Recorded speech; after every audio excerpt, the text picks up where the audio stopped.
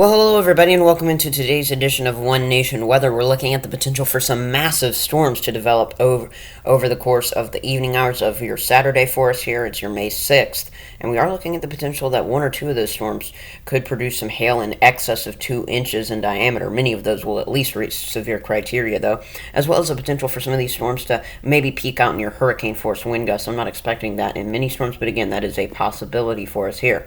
Friday storm reports, so these are your storm reports from your May 5th, your Cinco de Mayo, your Friday, whatever you want to call it. You can see we had one tornado report there in portions of southwest Wyoming for us, but most of our reports, some of these squares indicating some very high wind reports for us here, getting going into portions of southern Nebraska. In that risk zone, remember there were two level 2 risk zones, and then of course that other one had some hail and wind as well into portions of Texas.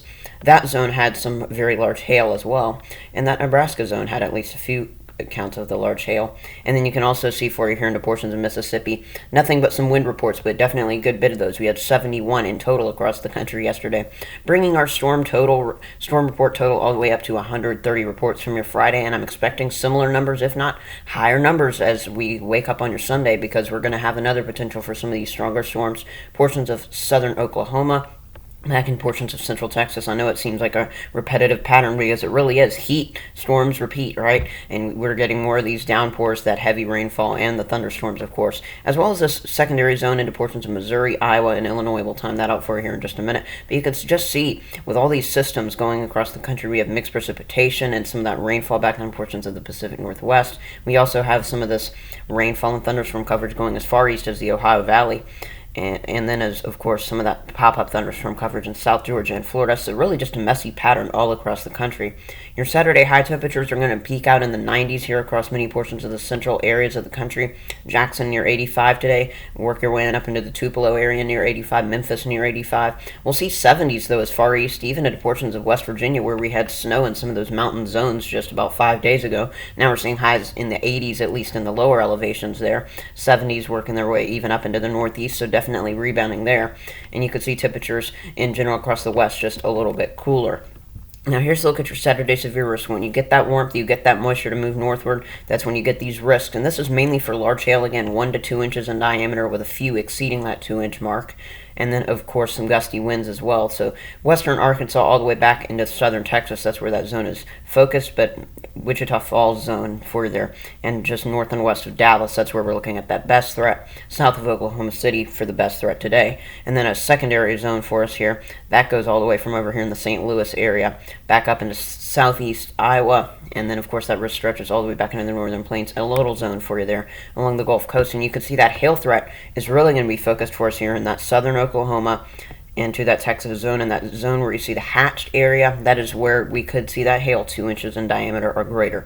Dew points, plenty of moisture in the air. 50s are really enough to support some rainfall, but once you get 60s and 70s, that's when you're supporting pretty strong thunderstorms. You could see some low to mid 70s getting their way on up into portions of Arkansas, Texas, Louisiana, Mississippi. It's going to be a great day for the storms to develop, that's for sure, and you can see the precipitable water moving northward as well. And look at how much storm energy, that convective available potential energy, look how much of that is available. Huge amounts of joules per kilogram working their way on northward for us here, especially in that Texas zone, though. So let's play this out. 1 p.m. Central Time, mainly on the drier side for most of us. We might still see some rogues thunderstorms for you here in portions of Iowa and Illinois. But notice as we go towards 4 p.m. Central, that's when we get some of these central Texas storms to get going. Big hail there. Maybe some storms as well that could produce more of those damaging gusts into portions of your Mississippi and Louisiana zone. We'll really see these storms start to fire off in all these zones by around 7 o'clock. And by 10, here comes a line. Some hail and some gusty winds pushing south and eastward. While tornadoes can't be ruled out in any of these zones, it looks to stay on the lower side. I think our risk is winding down along the Gulf Coast by 10. Still some of these storms in portions of East Texas. That winds down by 1, but look, this threat, you can see that both segment in portions of Missouri. That's going to be our level 2 threat. That's going to be some gusty winds pushing through the St. Louis area overnight tonight. And there is also a flood risk of repetitive rounds of these showers and storms from portions of Mississippi to Louisiana, as well as in portions of the Dallas-Fort Worth metro area, at least giving a level 1 risk for some of that flooding for the evening today and into the overnight hours. Tomorrow, the rainfall shifts just a little bit further eastward. We could see some pop-up thunderstorms a little bit further east. We'll have warm fronts. Everybody's starting to warm up in the eastern tier of the country as well. A new level 2 risk there into portions of Nebraska and Iowa primarily.